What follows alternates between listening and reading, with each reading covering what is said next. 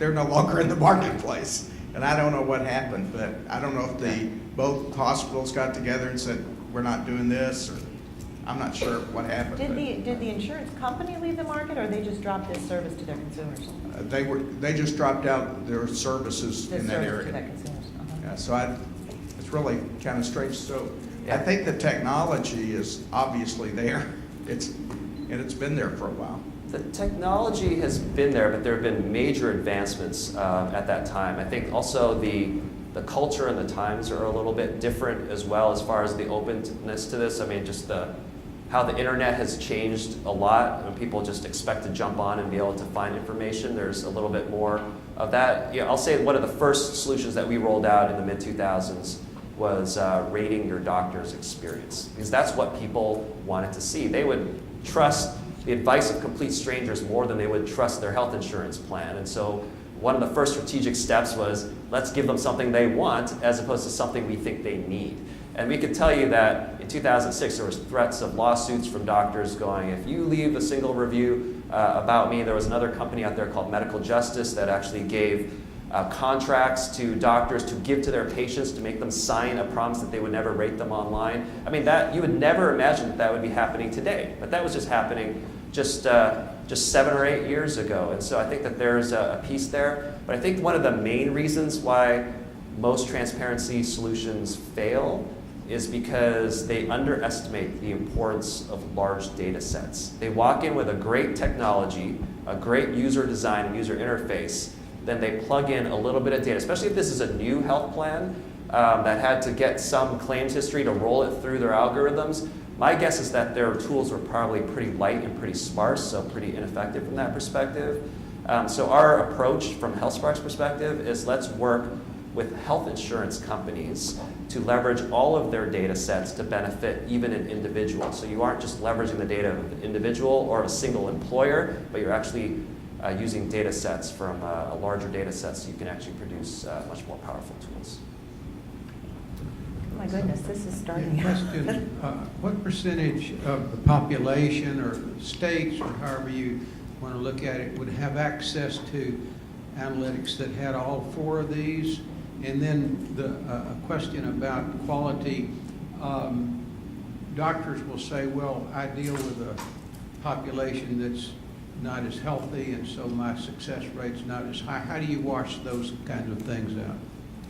Yeah, so it's still very early in this space. I think everyone is making plans. Just to give you a sense, as Terry was sharing, we serve 65 health insurance plans across the country. These plans cover 100 million Americans. So that's it gives you a sense that the number of plans are opening themselves up to this. And so there may be a myth out there that health insurance companies are trying to hide the data and not share it, but no, they're actually trying to roll it out and make it available to their membership in this particular space. But most of these health insurance plans are starting small and wanting to expand from there. So most of them are starting with a cost estimator tool, and then they're going to roll in, let's balance that with quality, because that's the next logical thing, and then let's add some reviews and things like so. There's kind of a progression in that particular space. As far as your question about doctors' reactions to these tools, there's many different ways we can take this. One of them is that the way that we roll out these tools should not be in a way that creates conflict between the patient and the doctor, just for the sake of just making the doctor look bad. But rather, this is one more input in this particular space. One of the most common questions a doctor is going to be asked about anything is, do you know how much this is going to cost? And the doctor's typical response is, I don't know, but I wish I could tell you. So now that they have this tool, it's all on mobile. You can actually look up how much that shoulder arthroscopy costs and actually have a joint decision with your doctor in this particular space. And the second thing is that we recognize the role of the doctor is really important as well, and there are many new reimbursement methodologies that focus on trying to make doctors more accountable for their spend. They would benefit from these tools as well. I don't think a doctor generally cares where someone gets their MRI, right? So if they had access to tools that showed that it was cheaper to get an MRI somewhere, it's cheaper for their patient, and it also looks better on their actual their total cost of care report that they're getting. And so I think these tools aren't just for consumers, they should be made available to doctors as well. I think what I'm going to do is take one more question, and then we're going to go to Monica, because I can see we're going to have a lot of discussion here, which is... This is quick. I wonder if you might want to use a fifth box, which Sure. is availability, as typified by our practice is not taking any patients.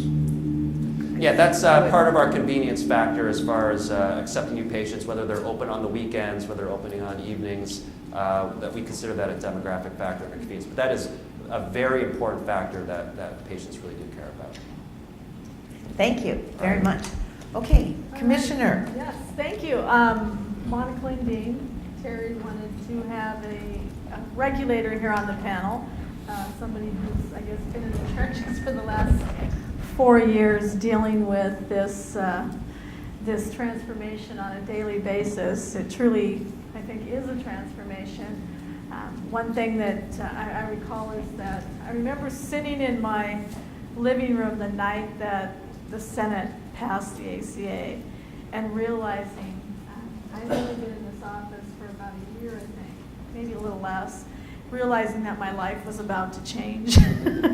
Not only has my life changed dramatically, but certainly anyone and everyone who deals with the health insurance industry, their lives are changing as well. And consumers certainly are looking at this differently. It's I think, out of chaos, we hope comes calm.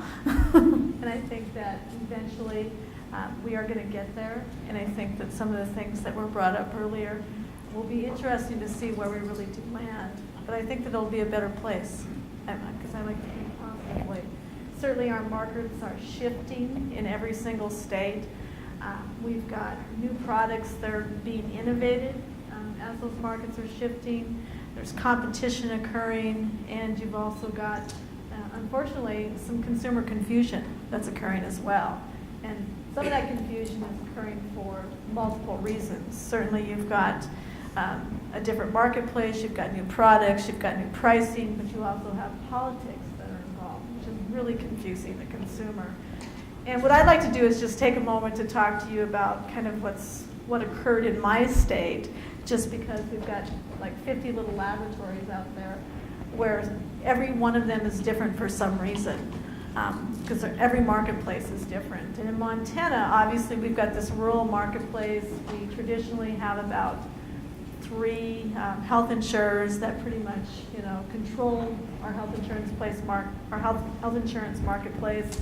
We obviously, like every other state, had the option to create a state-based exchange, and we tried to go to our legislature and convince them that we wanted to control our destiny, and that was the best way to go about it, but we were turned down. In hindsight, maybe that was a good idea.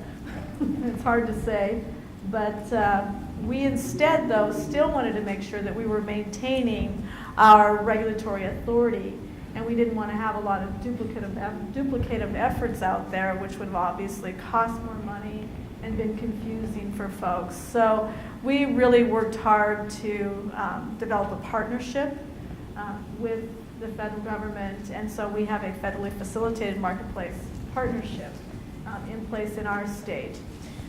We think that that's been a positive because we have been able to maintain a lot of those authorities. But in terms of the enrollment successes that we've seen in this first enrollment period, we really saw a huge increase in our individual market.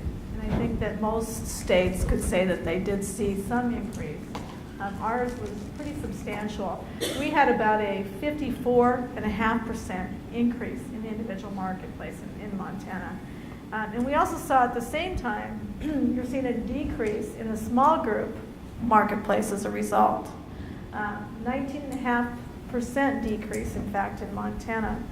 And obviously, we're also seeing an increase, as you would expect, in the number of individuals who are taking advantage of Medicaid and CHIP for children.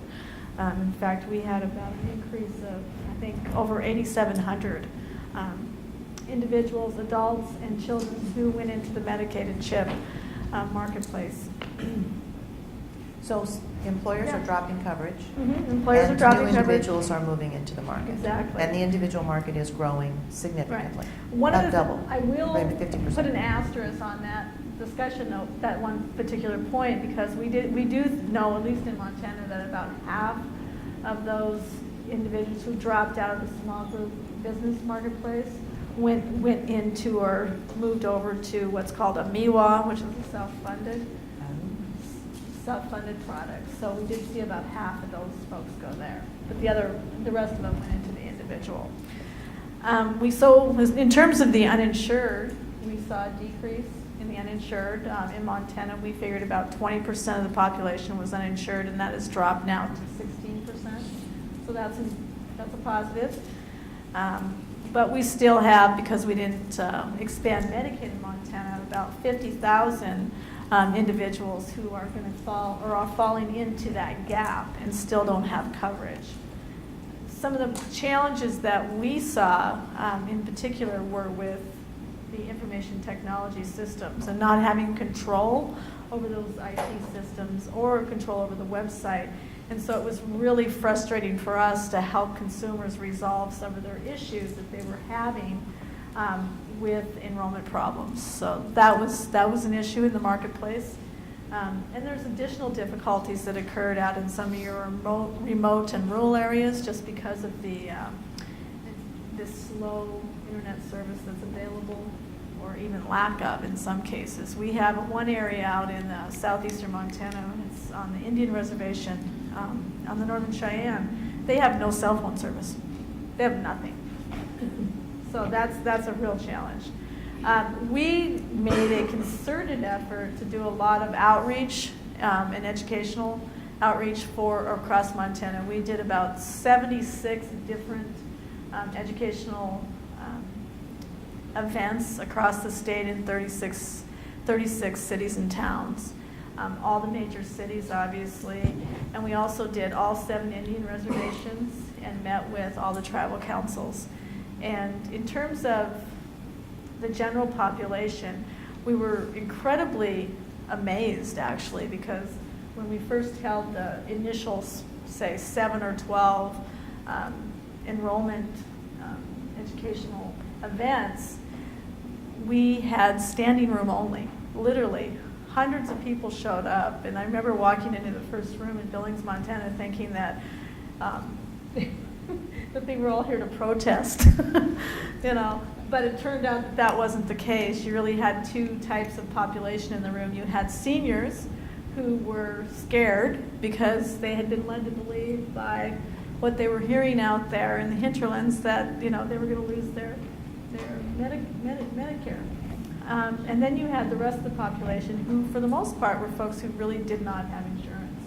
And so they were there to inform themselves and hoping and praying in some cases that they would actually be able to get coverage and afford coverage, especially those who had pre-existing conditions. And so once we were able to relieve the fears of the seniors, they were very happy and left the room.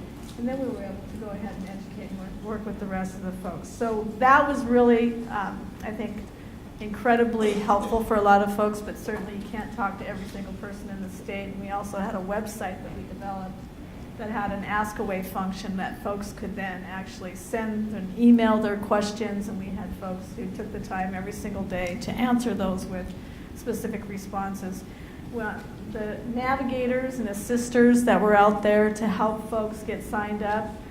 In Montana, we actually passed a piece of legislation that required additional training materials and certification that was state-based, and so our office was in charge of that. So we worked with the assisters. We had bi-weekly calls with the assisters to make sure that we were helping answer any questions that they were having as they were out there going through the open enrollment process. The Native American outreach, again, 7% of our population is Native American. We really found this to be one of the biggest challenges, as you can imagine, because they thought that because they were Native Americans, that they were exempt. Every single one of them. Well, that's just not the case. You actually have to be an enrolled tribal member to be exempt, and we needed to make sure that they all understood or at least the tribal councils understood that this could actually be a positive for them to make their Indian Health Services dollars stretch further, because they always run out every year. And so that's an ongoing educational piece that is going to take time, because when you go out to visit with the folks on the reservation, you get some community leaders to show up, and they're not really sure that you're telling them the truth in the first place. But once you actually show them, they're amazed. And so it's kind of a one-on-one thing, and the word will spread. And in some cases, depending on which reservation you go to, you actually have to have people who can speak native tongue, because they're not going to listen to a white person. Medicaid enrollment, obviously, as I said, grew extensively. And, nationally, there's a lot of issues that we're still looking at and dealing with, and will continue to. And that includes everything from what are we going to do when reinsurance and risk corridor programs end in 2017. Each state is going to need to look at whether or not they want to, if needed, maybe create their own state-based risk insurance program or reinsurance program to help stabilize their market. The definition of a small group is going to change. It's going to go from 1 to 50 to 1 to 100. And so those small business owners that currently fall in that 51 to 100 area are going to have to make some real changes in what they do and how they currently have to deal with providing coverage and what that coverage looks like. There's all sorts of things we can talk about, but I'll shut up because I know that we got a lot more discussion to do. But Okay. A lot of issues. All right, so let me start with, I have a couple questions that I want to start with, and that is the areas of focus in health reform that people have talked about: access, cost, quality are three key areas. You'd say, well, access was addressed by expanding Medicaid and the subsidies for the ACA compliant products. Cost, I want to focus on cost for a minute. And I think back to a meeting that 5 CEOs of the largest insurance companies in the country had with President Obama and Secretary Sebelius. I think it was in 2009. And the discussion of that meeting, which several commissioners were at as well, was that they were facing, that essentially what the insurers were telling the president, we're price takers. Our problem is there has been so much consolidation in the delivery system that we have to go take this network of providers, and if we don't accept that network, then the regulators are beating us up for not having an adequate network. So we have turned into price takers. My question is this: post the ACA, it seems that consolidation is even increasing, not decreasing. There was an article yesterday in the Wall Street Journal about all the money that the hospitals are making now because people are getting coverage or getting care now, and they have coverage that previously they would have been uninsured. How is this going to play out? How do you see this playing out in the future in a way that is going to help address the cost situation? Wow. And of course I have to be careful because I am in my home territory, so I can't talk too much about it. Your question reminded me a little bit of what happened in Massachusetts when they launched their connector, in which you had plans sort of trying to compete, but feeling price pressure when they had an influx of people who didn't have coverage who suddenly needed it. And there was this interesting discussion going on between essentially the regulators, the governor, and the insurance industry about you need to go work harder on the providers.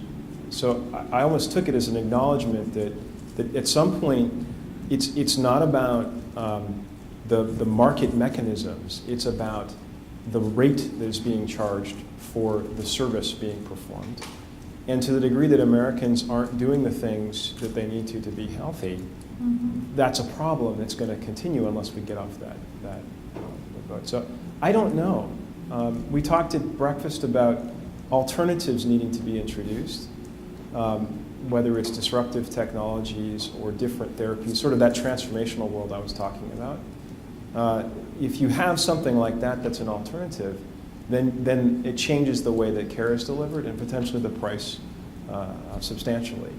And I think, to some degree, the transparency tools are helping that because they're making people see that, gosh, I can get the same outcome, maybe even a better one, But this experience over here is totally different than this one over here, which is very traditional. And so more of that probably would help us with that problem. I mentioned at breakfast, the Blue Cross Blue Shield plan in Iowa has partnered with a provider network in the state. A provider network partnered with the leading grocery store chain in the state to deliver a healthcare plan that has a combination of the provider network and then some delivery through, we go into the grocery store and you can get immunizations and drugs and so forth to provide a low-cost network. And I think you said this is going on all over the country. Less so grocery stores, but at least all the major pharmacy chains are involved in discussion, from just light screening, biometric screening, to do they offer a small comprehensive plan. I've heard discussions, or I've heard of discussions of if you can imagine for a second, a pharmacy chain who doesn't really get paid on pharmacy, they get paid on all the retail, so that 20 or 30 minute wait for your refill or whatever it is about retail, using a health plan to drive more volume in their store. And I think that's a completely different proposition than what health insurers offer. We are facilitators of transactions, so if you've got somebody who doesn't actually have to live off of the transaction fee, I don't know what that looks like. That's different. Yeah, I think data and cost, they really very much depend on each other. And I used to work for a health plan locally as well, and there have been a lot of movements to try to shift the risk over to providers, right? And so risk-based contracts, total cost of care agreements, and whenever this is done with an independent primary care group, which isn't affiliated with any type of hospital system, the very first thing that they say when they get presented this opportunity to take risk is, we don't know where to refer our patients as far as the impact on cost. We would love to take this risk, but we don't know whether system A versus system B versus system C is. And so you need to provide us that information. And a lot of these movements towards the grocery store or the pharmacies, a lot of that is concern about leakage of going out of the systems. They lose total access to information out there. And so in a PPO type of environment where patients can go anywhere, yes, they may go to that doctor for their primary care, but they may be getting a bunch of other care elsewhere, and their total cost contract will account for things that they have no idea what their patients are doing outside of their system. And so giving access to this type of information about price differences, about what their patients are doing outside of their own system, is what enables people to be able to take accountability over their patient population. And so I think this drive for cost containment is much more of a long-term play. The access play was much more immediate as far as getting more people covered, but the cost will only be as effective as the data that they have access to. Absolutely. I mean, I think data is key. Information is key, not only for you folks in the industry, but also for the consumer. I mean, I think that as we move through this transformation, there will be more and more data and information available to the consumer in many different forms. And I think that that's important. And bringing down the cost is going to be so key to the success of the transformation as well. Because if you don't bring down the cost, don't begin to bring that cost down, I'm concerned, and I know many people are concerned that the whole thing could just kind of fall in on itself. I mean, right now we've got this competition that's occurring where you've got these, companies who are competing for the business in these new marketplaces and exchanges. And we actually are seeing in some places where we've got now the second open enrollment period that's going to occur for this upcoming year. You've got more insurers wanting to get into those new marketplaces as well. And so far, in many cases, we've been able to keep the rates lower. We've been able to keep the increases, in many cases, lower as well. For instance, in my state, what we're seeing is a less than 4% increase for this coming year, that's pretty darn good. But we're not going to be able to do that forever. So maybe Oh. if I could just build on Yes. that point.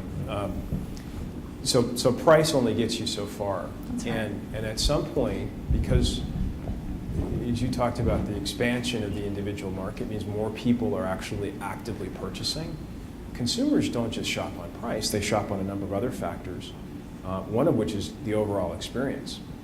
And so companies that are making things simpler, providers haven't really been in this business yet, but they are very shortly going to have to, because there are new providers coming up who are making things simpler. Those are the ones that are likely to win, and I think that will shock the system too. Mhm. You know, if I don't, we were talking about going to see the doctor beforehand at breakfast. Personally, I don't like to go to the doctor if I don't have to. I know some people like to observe surgeries, but what I really want is a relationship with somebody who can make it easy. So if I can get something answered quickly, if I can get in and out, if I can get the information myself and we're in a partnership, that's really cool. Very few providers offer that. And if So- you're gonna, and if I could just really Yeah, quickly. please, I mean, of if course. you're going to survive in the new world, I mean, the younger generation, let's face it, they don't shop like we shopped growing up and how our parents and our grandparents did. And they expect things to be delivered in a different way. They expect information delivered in a different way. And so we've got to change. It has to change.